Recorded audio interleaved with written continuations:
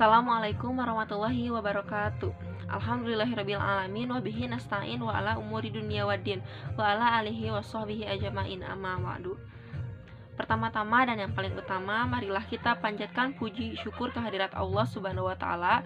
Shalawat beserta salam semoga terlimpah curah kepada junjungan kita semua, yakni Nabi Muhammad Shallallahu alaihi wasallam, kepada para keluarga, kepada para sahabat dan kita semua selaku umatnya. Amin ya rabbal alamin.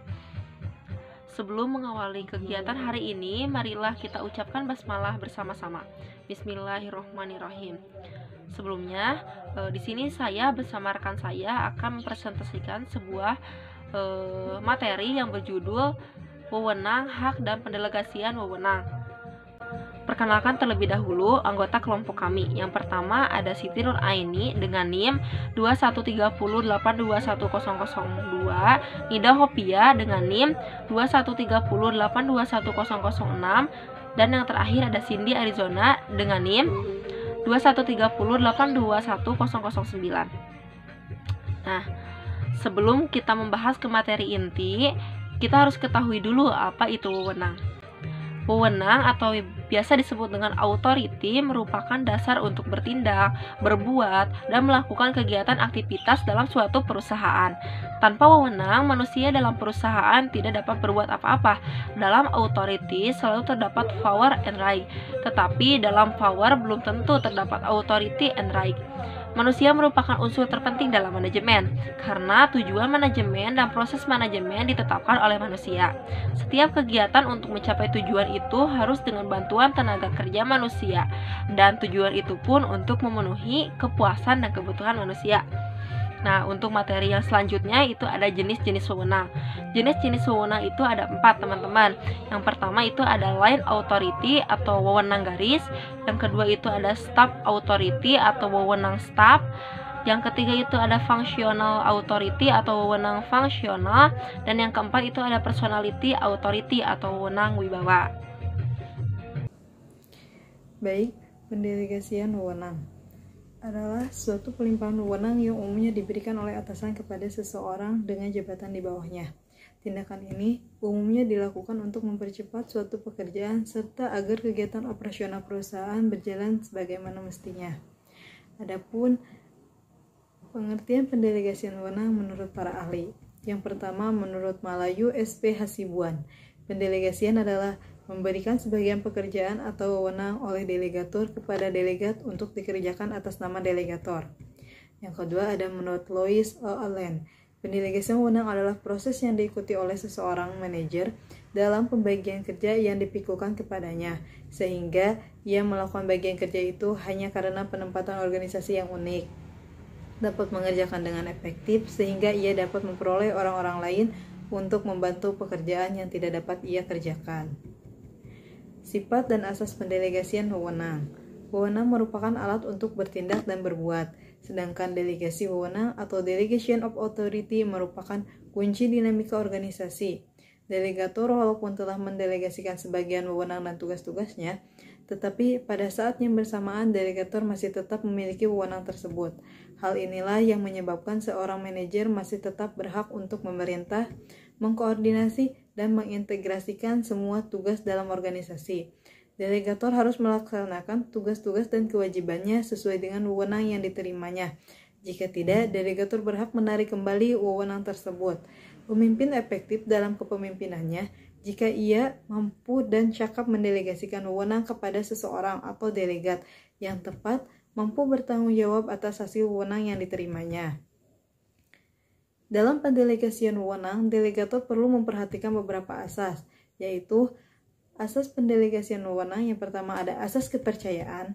Asas kepercayaan, delegator hanya akan mendelegasikan sebagian wewenang kepada delegat. Jika delegat tersebut dapat dipercaya, kepercayaan ini harus didasarkan atas pertimbangan yang objektif mengenai kecakapan, kemampuan, kejujuran, keterampilan, dan tanggung jawab dan delegat yang bersangkutan. Yang kedua, asas delegasi atas hasil yang diharapkan. Asas ini, pemimpin dalam mendelegasikan wewenang harus berdasarkan atas hasil pekerjaan yang akan dilakukan oleh delegat. Tidak boleh kurang ataupun lebih. Asas ini memperhatikan hasil yang akan diperoleh dan pendelegasian wewenang itu. Yang ketiga ada asas penentuan fungsi atau asas kejelasan tugas. Asas penentuan fungsi atau asas kejelasan tugas adalah asas penentuan tugas yang dilakukan manajer kepada para bawahannya harus secara jelas disertai hasil yang diharapkan. Semakin jelas kegiatan yang harus dilakukan, maka akan semakin jelas delegation of authority dalam organisasi dan semakin jelas pula hubungan wewenang dengan bagian-bagian lainnya. Maka akan semakin jelas tanggung jawab seseorang dalam melakukan tugas-tugasnya untuk mencapai tujuan perusahaan. Yang keempat yaitu asas rantai berkala. Asas rantai berkala adalah asas manajer dalam mendelegasikan wewenang harus dilakukan menurut urutan-urutan kedudukan daripada pejabat, yakni dan atas ke bawah. Yang kelima, asas tingkat wewenang. Asas tingkat wewenang, menurut asas ini, masing-masing manajer pada setiap tingkat harus mengambil keputusan dan kebijaksanaan apa saja yang dapat diambilnya sepanjang mengenai wewenangnya. Yang keenam ada asas kesatuan komando. Asas kesatuan komando, setiap bawahan harus diusahakan agar hanya menerima perintah dari satu orang atasan saja. Tetapi seorang atasan dapat menerima lebih dari seorang bawahan. Yang ketujuh yaitu asas keseimbangan wewenang dan tanggung jawab. Asas keseimbangan wewenang dan tanggung jawab, menurut asas ini, besarnya wewenang yang didelegasikan harus sama dan seimbang, besarnya tugas-tugas dan tanggung jawab yang diminta atau yang disebut yaitu authority responsibility. Tanpa keseimbangannya, antara wewenang dan tanggung jawab akan berakibat terjadinya kemandekan, tugas-tugas overlapping, dan adanya tindakan-tindakan yang tumpang tindih. Yang kedelapan yaitu asas pembagian kerja. Asas pembagian kerja, menurut asas ini untuk berfungsinya organisasi hendaknya dilakukan distribusi pekerjaan atau yang disebut juga delegation of authority. Karena tanpa adanya pembagian kerja, manajemen tidak berarti apa-apa dan semua tugas akan langsung dikerjakan sendiri oleh manajer. Partisipasi bawahan kurang dan mereka tidak dapat melakukan kegiatan-kegiatan tidak memiliki wewenang. Yang kesembilan yaitu asas efisiensi. Asas efisiensi, menurut asas ini dengan pendelegasian wewenang, maka manajer akan lebih leluasa melaksanakan tugas-tugas penting daripada melaksanakan hal-hal yang dapat dikerjakan bawahan.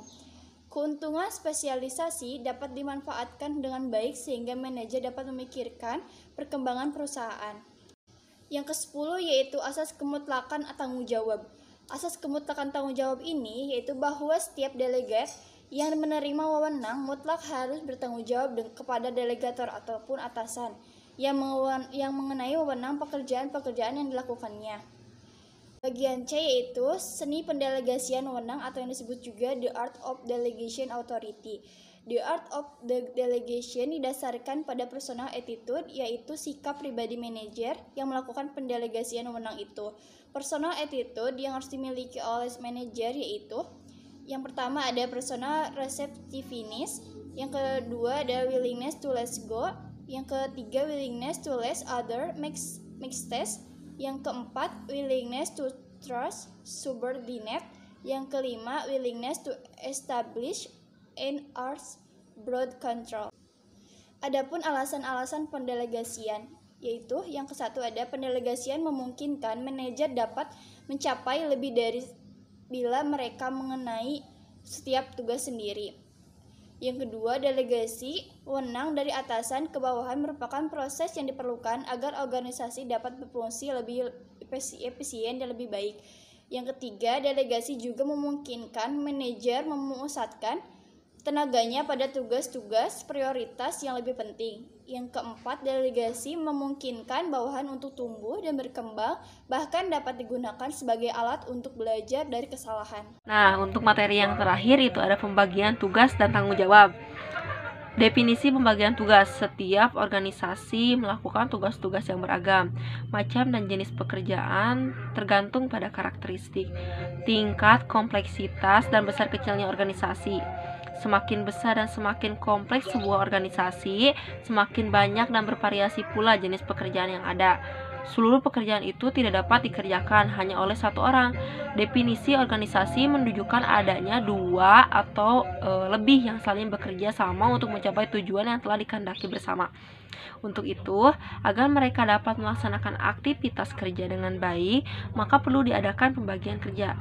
Prinsip dasarnya adalah pekerjaan dapat dilakukan dengan cara yang lebih efisien jika karyawan diperkenankan melakukan pembagian kerja.